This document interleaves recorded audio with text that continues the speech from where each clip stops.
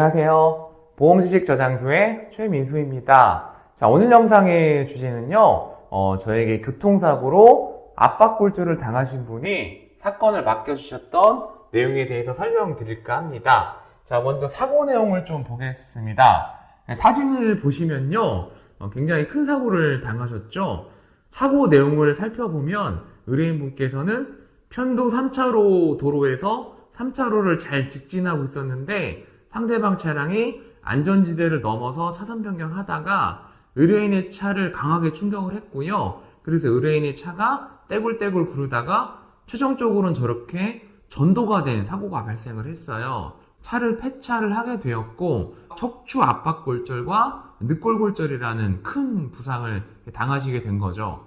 자, 저한테 의뢰를 하실 때 이렇게 사고 내용을 설명을 해주셨는데 그때는 담담하게 말씀을 하셨지만 사실 사고가 나는 저 순간에 얼마나 많이 놀라셨을까요?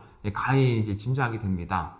자, 그 의뢰인이 받은 진단 내용이 척추 압박골절이었기 때문에 이건 굉장히 큰 부상이거든요. 이렇게 큰 부상이 발생을 했을 때 교통사고 보상 항목 중에 반드시 고려하셔야 되는 게 상실수의액이라는 항목이에요.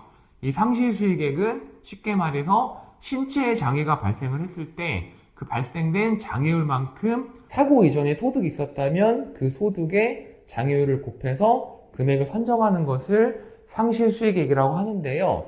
이 상실수의액은 그러면 어딘가가 골절이 되면 반드시 발생하느냐? 그렇지는 않습니다. 장애 발생 그 자체에 대한 분쟁이 발생할 때도 있고 아니면 장애는 인정을 하되 기간과 장애 유래에 대해서 분쟁이 발생할 때가 있죠.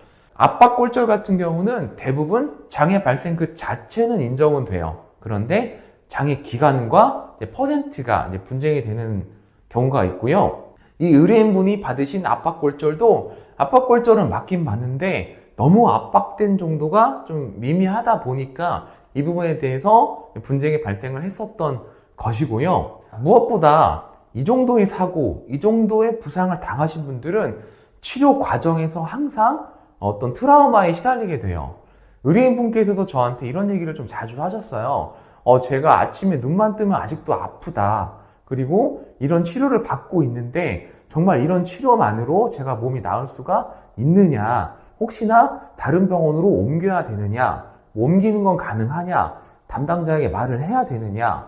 기타 등등의 질문을 계속 해주셨고 저도 되도록이면 의뢰인분에게 자주 연락을 드리면서 계속 소통을 했고요. 심리적인 안정감까지도 좀 도움을 드리려고 많이 노력을 했던 것 같아요.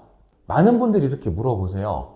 손해사정사를 고용하면 뭔가 달라지나요? 이렇게 질문을 하시는데 이 질문의 요지는 그런 것이겠죠. 손해사정사를 고용하면 보상금을 더 받아줄 수 있겠느냐? 제 생각에 정말 중요한 점은 손해사정사뿐만 아니라 여러분들이 어떤 분야의 전문가를 고용을 하게 되면 그로 인해서 얻는 혜택은 단순히 최종적인 결과뿐만 아니라 일련의 과정들, 즉 부상을 당했을 때부터 치료하게 되는 과정들, 그 과정들에 대해서 심리적 안정감도 드릴 수가 있는 것이고 직접 보험회사 직원을 상대하지 않아도 된다는 점, 그런 점들이 오히려 굉장히 저는 크다고 생각을 해요.